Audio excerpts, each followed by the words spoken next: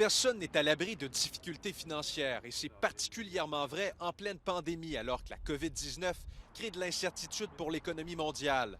Les gouvernements sortent le chéquier pour aider, mais vos factures, elles, continuent de rentrer.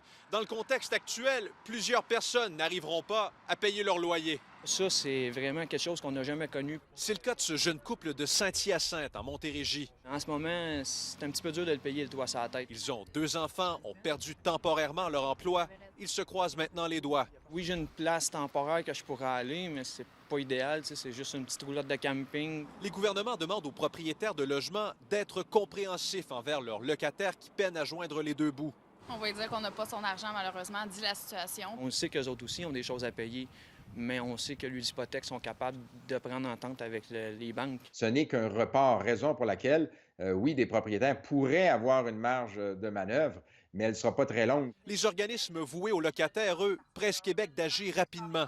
On a l'impression qu'il n'y a pas de plan pour protéger les locataires contre des évictions massives à la fin de cette période d'urgence sanitaire. N'oublions pas non plus les entrepreneurs canadiens. Un récent sondage de la Fédération canadienne de l'entreprise indépendante montre d'ailleurs qu'un quart des PME du pays ne pourra pas payer son loyer du mois d'avril. Dans le secteur de l'hébergement et de la restauration, par exemple, 44 des chefs d'entreprise sont dans l'incapacité de s'acquitter de leurs obligations locatives.